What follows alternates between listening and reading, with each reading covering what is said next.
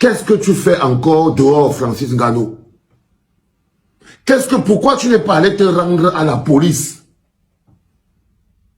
Non, non, les enfants. Je n'arrive pas à comprendre pour comment c'est qu'en temps normal, ça s'appelle homicide involontaire. Francis Ngannou devrait être tranquillement, aller se rendre lui-même à la police. Pourquoi tu n'es pas allé te rendre à la police? Pourquoi tu n'es pas encore arrêté? Parce que tu t'appelles Francis Ngannou. Parce que tu es désormais l'ami de Chantal Biya. Parce que tu es désormais un grand membre du régime.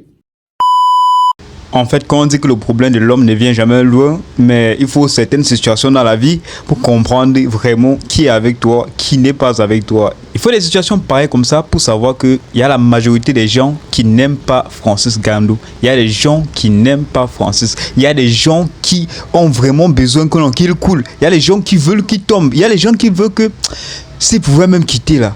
Comment un accident peut surgir et on dit que c'est parce qu'il courtoie tel X, Y personne? N'est-ce pas, il courtoie déjà certains ministres? N'est-ce pas, il est déjà l'ami de la présidentielle? Quel est le rapport en fait dans ça? Où est le rapport avec la situation présente et l'accident de Ténor? Où est le rapport entre l'accident de Francis Ngannou et Ténor? Pourquoi vous mélangez le macabo avec la patate? Ça donne quoi? Ça n'a pas de sens ça. Vous-même, écoutez ces différentes réactions des frères. Écoutez vous-même ces réactions et vous me dites à la fin. Toujours dans le profil parce que tu veux montrer aux gens que tu es simple, parce que tu veux... Non, non, non. Voilà que Dieu t'a frappé très fort. Et surtout lorsqu'on partait avec le diable. C'est-à-dire lorsqu'on partait avec le diable. J'ai dit partait avec le diable parce que tu as pris la décision de soutenir le gouvernement satanique de Paul Biya.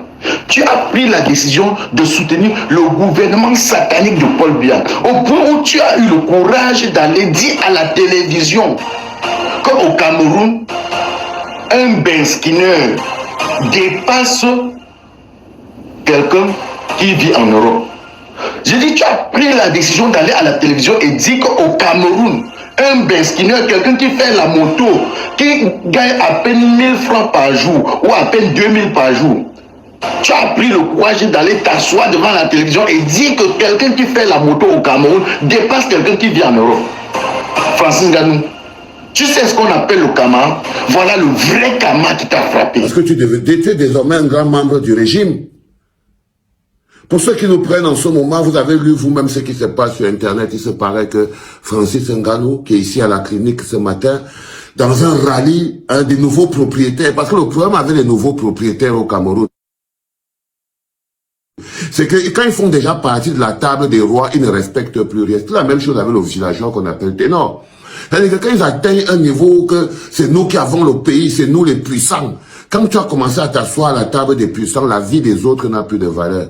Tu te prends pour un super-homme. L'arrogance te prend. La conduite en vitesse, en état d'arrogance, en état de quoi, c'est l'arrogance.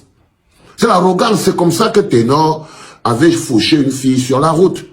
Pourquoi? Parce que donc, étant déjà l'ami des babouks et étant déjà l'ami de ceci, la preuve, il est dehors.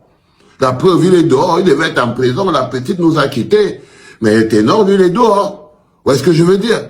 Et ben voilà, c'est ça, le petit privilège. Un sont les petits privilèges d'appartenance au système. Non, Francis Ngannou. Je t'avais dit, ici à la clinique, que tu vas revenir. Je t'avais dit que tu vas revenir. Ce à quoi vous vous mêlez, finit par vous imprégner de votre esprit.